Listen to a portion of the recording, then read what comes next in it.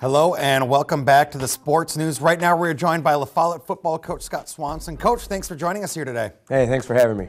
So, made the playoffs, regular season's done. Talk to us a bit about what the emotions are going into the playoffs and who you guys are going to be starting against. Yeah, thanks. We finished off the year 7-2, tied for second in the conference, and we get matched up against a tough Madison Memorial team in the first round of the playoffs. They also finished 7-2. We had a close battle back in week 2. We won that game 7-6, but they've been on a 7-game win streak since then, and we know we're going to have a tough game ahead of us. Now, you mentioned that you guys played in week 2, and I understand with student athletes, of course, you're kind of doing install and things like that all season long. Can you take a lot of what you did in week 2 and still apply that to now facing them in the playoffs?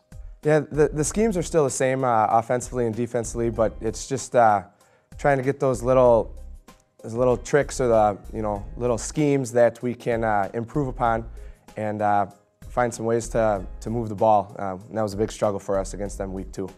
Now, I know you're all about looking forward to the playoffs, but if I can ask you to look back over the season for a moment, what are some of the bright spots? What is something maybe unexpected that you got to do with your athletes this year that was just interesting and maybe stood out?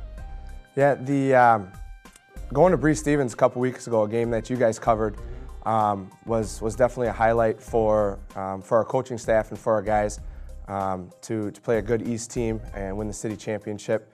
We were proud with the way we played. It was obviously a great atmosphere at historic Bree Stevens, and that was a great time for our guys.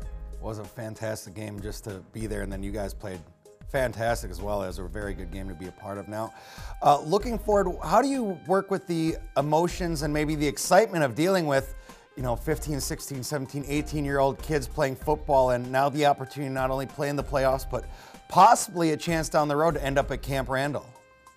Well, we're looking at it 1 week at a time. Most of our guys have a playoff win under their belt from last year. We got a lot of returning guys, especially on defense. And the goal is to have our best week of practice of the year and come out ready to play well on Friday night. All right, now, as far as off-season goes, when your season does come to an end, how long do the boys get off before they have to come back and kind of get back to work? Usually it's probably 3-4 weeks, unless they're starting with basketball or wrestling or hockey or something like that. Then it's go time right away for them. But usually we try and have a good session from, say, Thanksgiving on to winter break. So usually give them off until about Thanksgiving time.